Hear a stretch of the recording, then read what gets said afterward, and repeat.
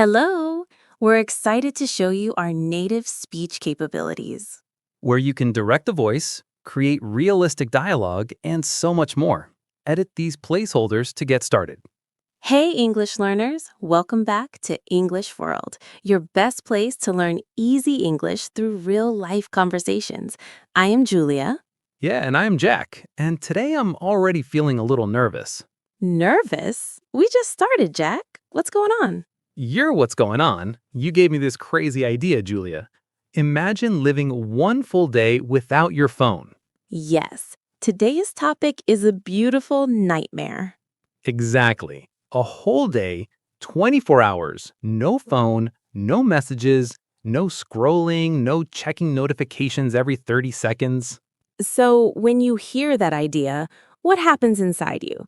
Do you feel calm and relaxed? Or do you feel like, no, please, anything but that? Yeah, my hands started shaking just thinking about it. Because for so many of us, the phone isn't just a phone anymore, right? Right, it's our alarm clock, our calendar, our camera, our music player, our GPS, our news source, our entertainment, our connection to everyone, our everything. And our escape. Yes, especially our escape. So, think about your normal day. How many times do you pick up your phone before lunch? Be really honest with yourself. 10 times? 30 times? Maybe 80 times? Yeah, sometimes we tell ourselves, I'll just check one quick thing. And somehow, that one quick thing becomes 20 minutes of scrolling through videos and posts. And it's not just young people or students, this is happening in homes everywhere, right? Dad walks through the door after work, drops his bag on the floor, sits down on the couch, and immediately, phone in his hand. And the kids are so excited. They want to tell him about their day, show him their homework, share a funny story. But dad's in scroll mode. His eyes are on the screen, not on them. Or mom's in scroll mode, or both parents, or the kids too. 5 people in one living room, 5 phones, 5 completely separate worlds. So maybe you see this in your own home, or maybe you are that person on the couch. And if you are, please don't feel guilty. You're human. We all do this. I do it too. But today, we want to explore a simple, interesting, and honestly a little bit scary question. What would actually happen if you lived one full day without your phone? So, would your day feel empty? Would it feel peaceful? Would you feel completely lost? Or maybe more alive than usual? Would you suddenly start talking to random people on the bus because you have nothing else to look at? Or would you finally notice the clouds in the sky instead of the photos on your screen? Or would you completely lose track of time and eat dinner at 10 p.m.? So, in this episode, we want to walk through that kind of day together. A no phone day. Morning, afternoon, evening. All the strange moments, all the quiet moments, all the, oh no, I normally use my phone for this moments. And we want you to imagine this day with us, not as a strict rule or a difficult challenge, just as a gentle picture in your mind. We're not here to say phones are terrible and evil. Phones help us in so many ways. Yeah, we love our phones too. We just want to explore what happens when we put them away for one day. And don't worry about the English. This is a B1 level episode, so if you are intermediate, it's perfect for you. And if you are A2, you can still enjoy it. If some parts feel a bit fast, it's totally okay. You can listen again later. Your brain will catch more meaning each time. So you don't need to understand every single word right now. Just stay with us. Feel the story. Create the pictures in your mind. And if you like learning this way, with real conversations and real emotions, please subscribe to English World and tap the like button on this episode. It really helps other learners discover us. And in the comments, tell us, would you ever actually try a no phone day? Just yes or no is totally fine. Or you can write one sentence about how you think it would feel for you. And be completely honest. If your answer is, no way, I love my phone way too much, you can write that too. We completely understand. Okay, so now imagine this. You go to bed tonight and you decide, Tomorrow, I will live one full day without my phone. You plug it in to charge, you put it far away from your bed, and you close your eyes. And then the next morning arrives. No phone in your hand, no bright screen in your face. Just you, your thoughts, and your day waiting for you. What happens next? All right, let's jump in. Yeah, let's jump in with the morning because that's where the real struggle begins for me. Oh, really? What does your normal morning with your phone look like? Usually, my eyes open and my hand just moves automatically. I don't even think good morning to myself. I just reach over and grab my phone and start checking everything. Yeah, same here. I used to be completely obsessed with my notifications first thing in the morning. Obsessed, like your mind cannot stop thinking about something, right? Exactly. My very first thought wasn't, how did I sleep today or how do I feel today? It was, who messaged me? Who posted something? What did I miss? Maybe you know this feeling too. Before drinking water, before eating breakfast, before doing anything else, it's phone time.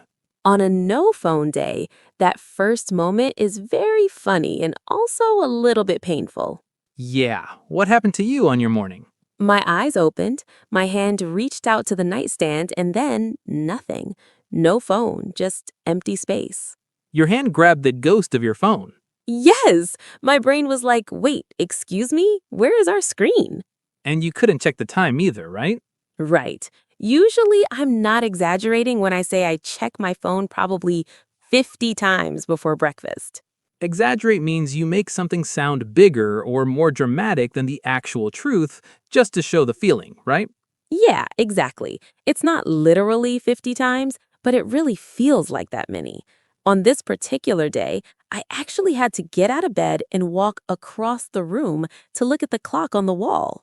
Wow, old-fashioned. A real physical clock. I felt like I was living in 1995 or something. Maybe you also have a clock somewhere in your house that you almost never look at because your phone does everything.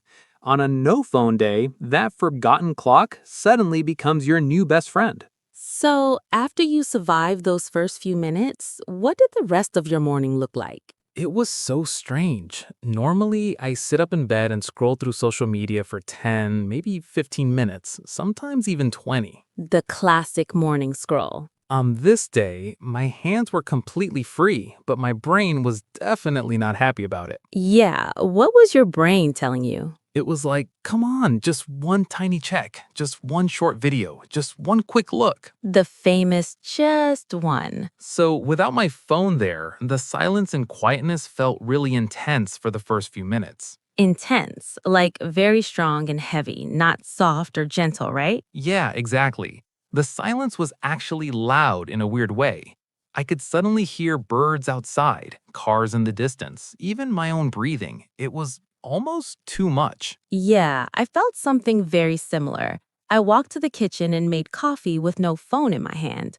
Normally, I scroll while I'm waiting for the water to boil. Let me guess, you usually learn more about other people's breakfast than you notice about your own. That's completely true. On this particular day, I just stood there and watched the water boil, and I realized something. I felt kind of vulnerable. Vulnerable, like open and easy to hurt, right? Your emotions are close to the surface. Yes, I could actually feel my real thoughts, my real worries, my tiredness. There was no small screen there to cover them up or distract me. Maybe you feel this too sometimes when you're listening right now. When your phone isn't there, your mind suddenly has empty space. And that space can feel a little scary and very honest at the same time. Yeah, and for many of you listening, the next really hard step would be leaving your house with no phone. So, what happened when you went outside? That's a big moment for most people. Oh, yes, leaving my house with no phone felt exactly like leaving my house without shoes on. Yeah, like something super important was missing, right? Exactly. I kept touching my empty pocket. My brain kept asking, are you absolutely sure? Are you really going outside like this? Yeah, maybe you do this too when you leave your home. You touch your pockets and mentally check phone, keys, wallet. Okay, I'm ready. On a no phone day, that little mental check suddenly feels very, very strange. So, what was the hardest part for you outside? In the elevator, that was the absolute hardest. Normally, I stare at my phone so I don't feel awkward standing there with strangers. Yeah, the elevator escape screen. On this day, there was no escape. I just stood there with my face, my body, and my uncomfortable thoughts. I looked at the floor numbers, at the metal walls, at my own shoes. Did you actually talk to anyone? Not that time, but I did make eye contact with one neighbor and we both smiled. It was small, but it felt surprisingly real and human. Nice. I had a really similar moment at the bus stop. Usually, I'm completely obsessed with my feed there, just scrolling and scrolling. What did you do instead? On my no phone day, I just watched people around me. A little kid was playing with a small rock. An elderly man was reading an actual newspaper made of paper. And I started thinking, wow, there's literally a whole world happening outside this little rectangle. And you were actually present in it, not just watching it through a screen. Exactly. And now let's talk about work time or study time. That part really surprised me. Yeah, how was it different for you? Normally, I work or study for maybe 5 minutes, and then my brain says, just check your phone real quick. It'll only take 1 second. The famous just 1 second. We all know that second is absolutely lying to us. So true. That 1 second always turns into 10 or 15 minutes, and then my focus is completely gone. So, on a no phone day, that 1 second just wasn't possible. Right. At first, my brain kept asking for it, kept wanting it. But after maybe 30 minutes, my mind started to actually calm down. I could sit at my desk and focus on one single thing for a much longer time. Yeah, and maybe you'll notice this too if you try it. Without that constant small interruption from your phone, your attention can slowly come back to focusing on one task at a time. Yeah, hearing this right now, I'm realizing my own phone habit was really getting in my own way. Get in your own way means you stop yourself or block yourself with your own habits, not because of other people, right? Yes, exactly. I kept blaming my lack of time and my stress levels, but actually, my own scrolling habit was blocking me from doing good work. And that's actually good news in a strange way, because if your own habit gets in your own way, that also means you have the power to change it. Exactly. You're not stuck in that pattern forever. That's very true. Now let's move to home time, because this is where many families really feel the phone problem the most. Yeah, this part is really close to my heart and hits me emotionally. Tell us more. Normally, in so many homes, someone arrives back from work or school, and the very first thing they reach for isn't the door handle, isn't their family members, isn't the food, it's the phone. You see it absolutely everywhere. Dad on the sofa scrolling, mom at the kitchen table scrolling, kids sitting on the floor scrolling. One living room, four completely different digital worlds. Yeah, maybe you see this exact scene in your own house, or at your friend's place, or your relative's home. And when I actually saw this pattern in my own life on my no phone day, something small but really big happened inside me. What do you mean? I came home after being out. My hand automatically went to my pocket to grab my phone, but there was nothing there. So, what did you do instead? I actually just sat down in the living room and looked around at my family. My younger cousin was drawing with colored pencils. My aunt was cooking something that smelled amazing. And we just started talking. Really simple things like, how was your day? What did you learn today? Can you show me your picture? That sounds really lovely and peaceful. And I suddenly realized there's this funny contradiction happening in our lives. Contradiction is when two opposite things exist at the same time and they don't really match, like being together but feeling lonely, right? Yeah, that's exactly it. My phone helps me connect with people who are far away across the world, but sometimes it actually takes me away from the people who are sitting right in front of me in the same room. That sentence honestly hurts a little bit because it's so true. Hello, we're excited to show you our native speech capabilities. Where you can direct the voice, create realistic dialogue, and so much more. Edit these placeholders to get started. A friend called me on the house phone, which almost never happens anymore, and asked, "So, how's your day going without your phone?" And what did you say? Did you play it cool? At first, I wanted to play it safe and just say something like, "Yeah, it's fine, just a bit different." Play it safe means you choose the easy, comfortable answer, not the deep, vulnerable, honest one, right? Exactly. But this time, I actually stopped for a second and decided to be more real. And you said something more honest? Yeah, I said, honestly, it's really hard. I feel restless and uncomfortable. I keep reaching for something that isn't there. But at the same time, I also feel more here, more present in my actual life. That's already such a big change in awareness. When you stop playing it safe with your words, you start to connect much more deeply with people. Yeah, I really felt that. And later that same night, I had an even longer, deeper conversation with someone in my family. Tell us about it. We were sitting at the dinner table together, no phones anywhere nearby, just cups of tea in our hands.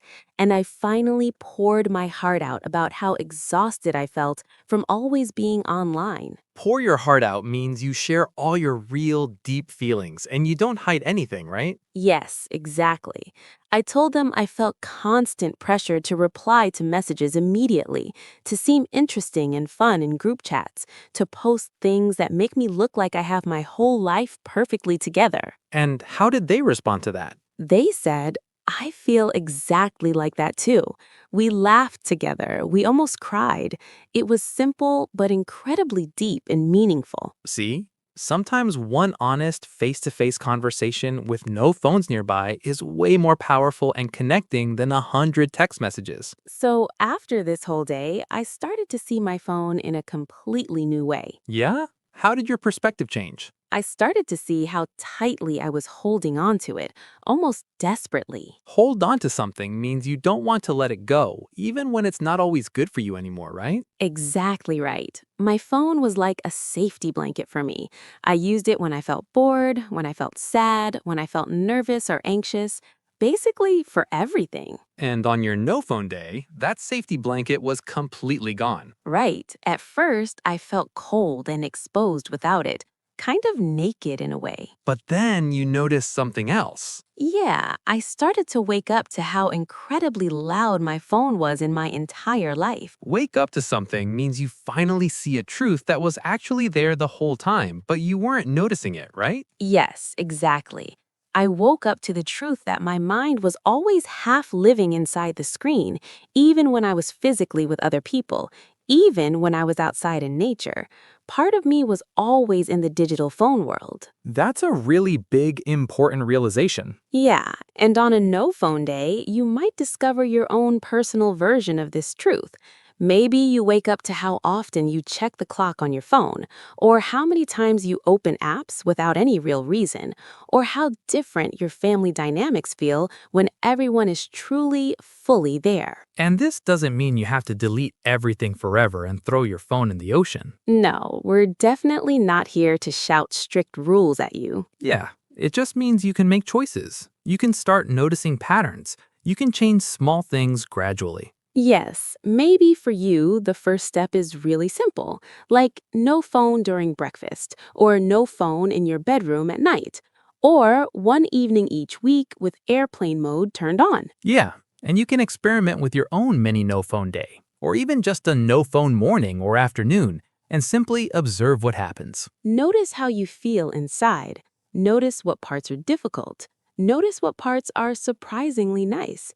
And maybe, slowly, little by little, you'll start to write a new story with your phone instead of letting your phone write your story for you. And who knows, you might even discover that the absolute best parts of your day aren't inside the screen at all. They're right in front of you, right now. Yeah, and before we finish today, let's slow down and look at some powerful words we used in this episode. Our little vocabulary tour.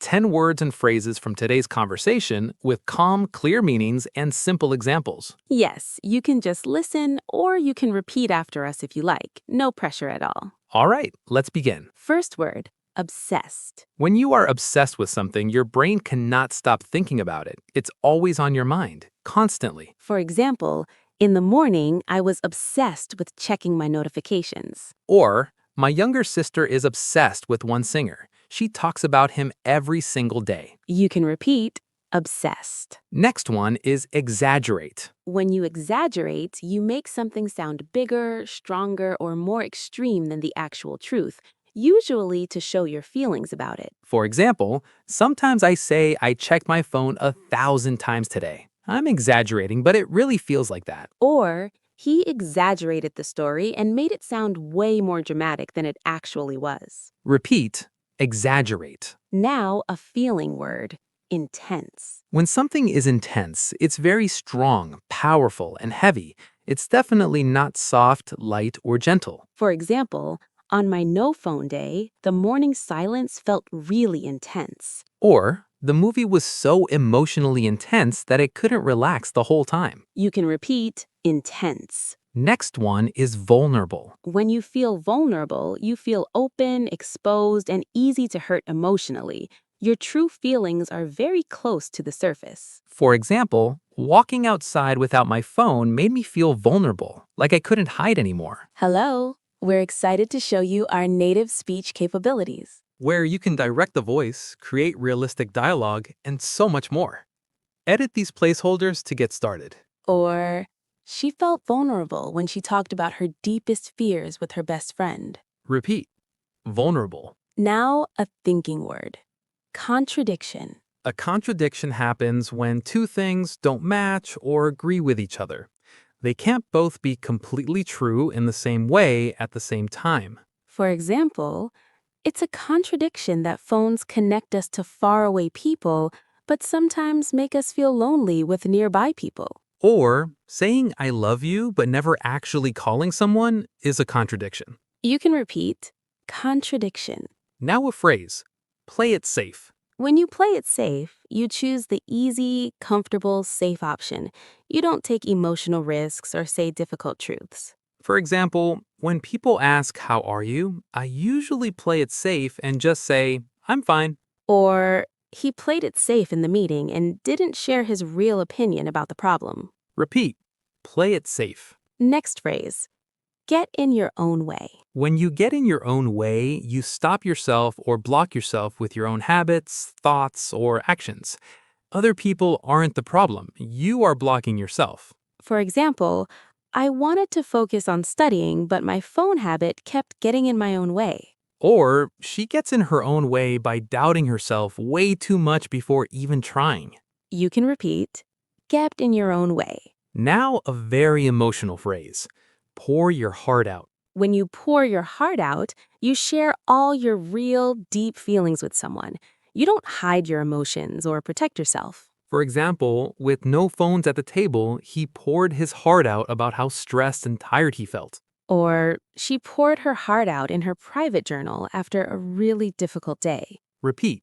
Pour your heart out. Next one, hold on to something. When you hold on to something, you don't want to let it go or release it, even if it's not healthy or good for you anymore. For example, I was holding onto my phone like it was a safety blanket I couldn't live without. Or he still holds on to old text messages that actually make him feel sad. You can repeat, hold on to. And our final phrase, wake up to something. When you wake up to something, you finally see or realize a truth that was actually there the whole time. You become aware of something important. For example, after one day without my phone, I woke up to how loud and constant it was in my daily life. Or, she finally woke up to the fact that she was always comparing herself to others on social media. Repeat, wake up to. So those were our 10 words and phrases for today's vocabulary tour. You don't need to memorize all of them perfectly right now. Just pick one or two that you really like and try to use them sometime this week. You can write a sentence in the comments using one of these words or phrases. We'd love to read your examples. And, of course, you can always come back and listen to this episode again. Every time you listen, your brain will catch one more word, one more idea, one more feeling. And if today's episode made you think about your own phone habits even just a little bit, that's already a really big step forward. No pressure, no guilt, just gentle awareness. You're doing amazing just by being here, listening, and learning in English. We're honestly really proud of you. All right, we'll let you go and live your real life now, maybe with your phone just a little bit further away than usual. Yes, this is Jack. And this is Julia. And you've been listening to English World. Bye. Bye, everyone.